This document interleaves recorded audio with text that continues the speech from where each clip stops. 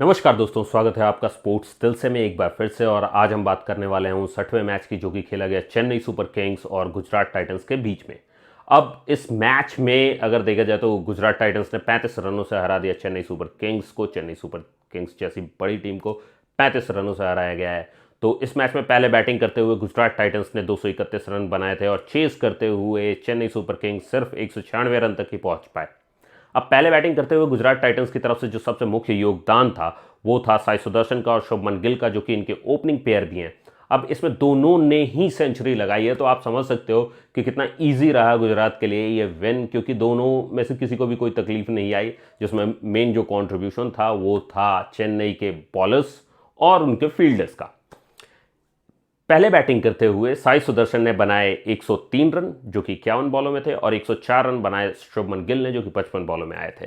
अब इसमें बहुत सारी कैचेस मिस हुई हैं, बहुत सारे रन आउट मिस हुए हैं, और उसके बाद एक माइंडलेस बॉलिंग चल रही थी चेन्नई की तरफ से।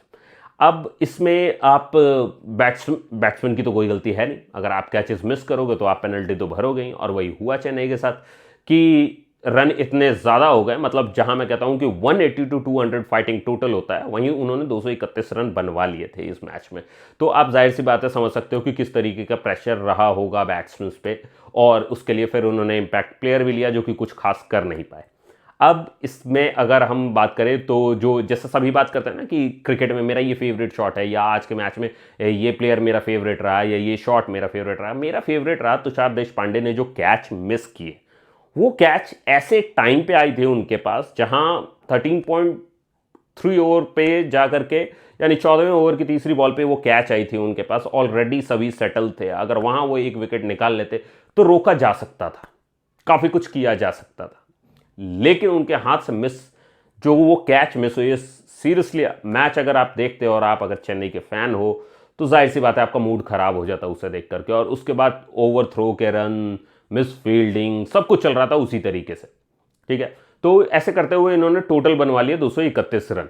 और भी कॉन्ट्रीब्यूशंस आए उनकी टीम से, दोनों आउट हो गए थे ओपनिंग प्लेयर्स, जाहिर सी बात है, लेकिन उसके बावजूद 231 तक पहुंच गए थे वो लोग। तो अब उसके बाद चेन्नई सुपर किंग्स जब बैटिंग करने आए, साथ में इंपैक्ट प्लेयर भी लेके आ गए, सबको मिलाने के बाद वो 196 तक ही पहुंच पाए।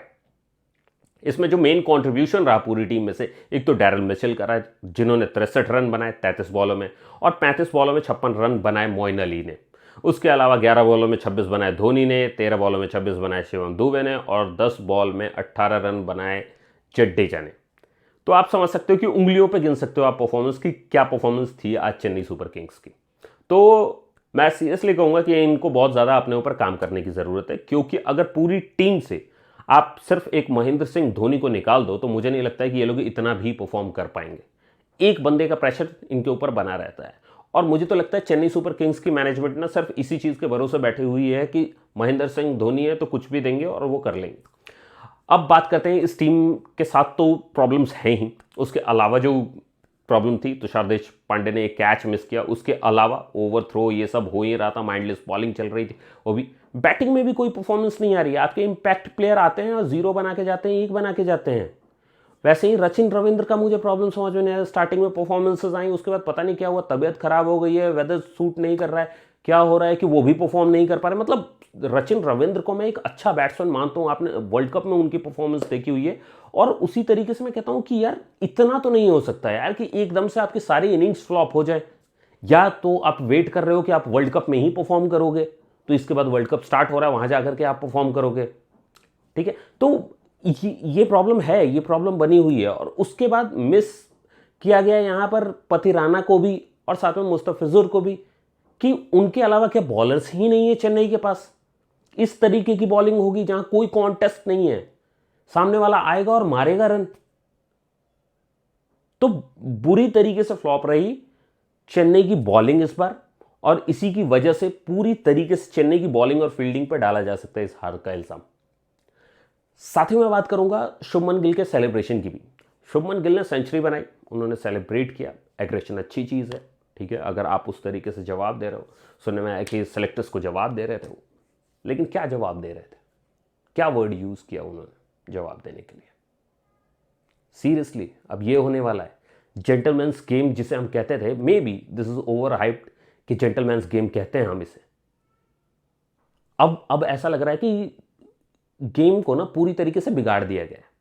आईपीएल ने फील्डिंग का स्टैंडर्ड तो खत्म कर ही दिया है, अब बिहेवियर इश्यूज आएंगे लोगों के।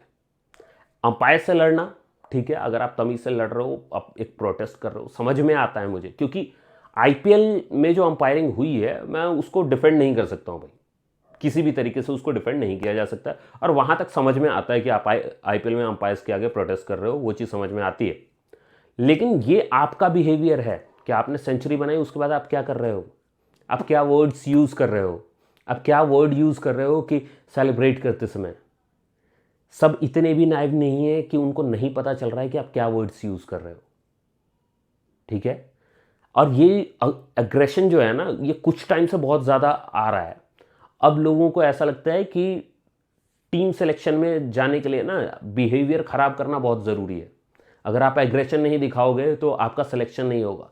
तो एक काम करते हैं कि सारे प्लेयर एक साथ ना एग्रेशन ही दिखाना चालू कर देते हैं, एक साथ 20-25 प्लेयर सेलेक्ट हो जाएंगे हैं, 40-40 प्लेयर्स के मैच हुआ करेंगे दोनों तरफ से। सीरियसली ये बताता है आपके बिहेवियर के बारे में। और आज की डेट में बहुत सारे ऐसे प्लेयर हैं जो बहुत अच्छा खेल रहे हैं। अगर आपका सिलेक्शन हो जाता है, आप किस तरीके के आइडल बन के आओगे, इस तरीके के। अब यहां तक तो हम पहुंच ही गए हैं, किस तरीके के वर्ड यूज कर रहे हैं। नेक्स्ट जनरेशन किस तरीके का सेलिब्रेशन किया करेगी। तो मुझे तो ये प्रॉब्लम है आईपीएल से।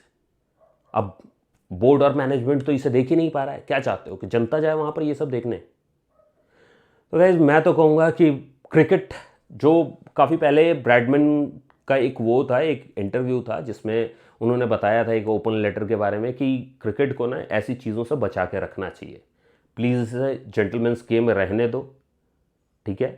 अगर अगर नहीं बर्दाश्त हो रहा है वो बैगेज, वो प्रेशर नहीं बर्दाश्त हो रहा है तो डिसाइड कर लो। हैं और भी गेम हैं एग्रेशन वाले, कितनी देर टिकोगे उसके एग्रेशन में वो भी नहीं पता है। रग्बी खेल के देख लो, पता चल जाएगा कि एग्रेशन क्या होता है, ठीक है, वहाँ पर समझ में आ जाएगा ये। तो अगर नहीं झेला जा रहा है प्रेशर तो ये आपकी चॉइस है कि आप क्या खेलना चाहते हो। एग्रेशन खेलना है, बॉक्सिंग खेलो, ठीक है, एग्रेशन समझ में आएगा। एमएमए खेलो, बहुत मज़ा आएगा, पता चल जाएगा एग्रेशन और कैसे दिखाना है, ठीक है। तो अगर इस गेम में आए हो तो गेम की तो इज्जत करो, बाकी सबकी छोड़ो, गेम की तो इज्जत कर लो कम से कम, ठीक है गाइज। तो आज के लिए इतना ही, यही बात करनी थी मुझे, क्योंकि बहुत कुछ ऐसा होता जा रहा है जो कि अब वो चीज़ ना ऐसा लग रहा है कि आईपीएल ना गेम के स्टैंडर्ड्स को ख़राब कर रहा है। तो इसके बारे में बात करना ज़रूरी है। अगर आप भी गेम से उतना ही प्यार करते हो तो आई गेस कि आपको मेरी बात समझ में आ रही होगी। अगर आपको लगता है कि नहीं मैं यार बोलते बोलते कुछ ज़्यादा ही बोल गया, तो आप वो चीज़ कमेंट में डाल देना कि भाई मेरी क्या बात बुरी लगी आपको। वो भी मैं समझने की कोशिश करूँगा कि आखिर आपका एंगल क्या है, आप क्या एक फ़ैन बन के सोच रहे हो या गेम के बारे में भी सोच रहे हो आप, ठीक है। क्योंकि अगर मैं किसी को क्रिटिसाइज़ करने की ताकत रखता हूँ तो जाहिर सी बात है लोग मुझे भी क्रिटिसाइज़ कर सकते हैं, और आप भी कर सकते हो, वो आप कमेंट में डाल सकते हो। साथ ही अगर आपको इस तरीके के रिव्यूज़ पसंद आते हैं, जहाँ आपको अच्छा लगता है, या इस तरीके का ओपिनियन जो गेम के फेवर में हो, जो क्रिकेट को ऐसी चीज़ों से बचा के रखे, जो एक स्पोर्ट्स को आइडल स्पोर्ट्स की तरह ट्रीट करे, तो आप लाइक करें इस वीडियो को, सब्सक्राइब करें मेरे चैनल को, और आप शेयर करें अपने उन फ्रेंड्स के साथ जिन्हें आप ये मैसेज देना चाहते हो कि इस गेम को इसी तरीके से बचा के रखना है, ना कि इसे बर्बाद करना है। और या आप अपने बच्चों के साथ शेयर कर सकते हो कि हाँ यार हमें ये बनना है और ये नहीं बनना है। आज के लिए इतना ही, धन्यवाद।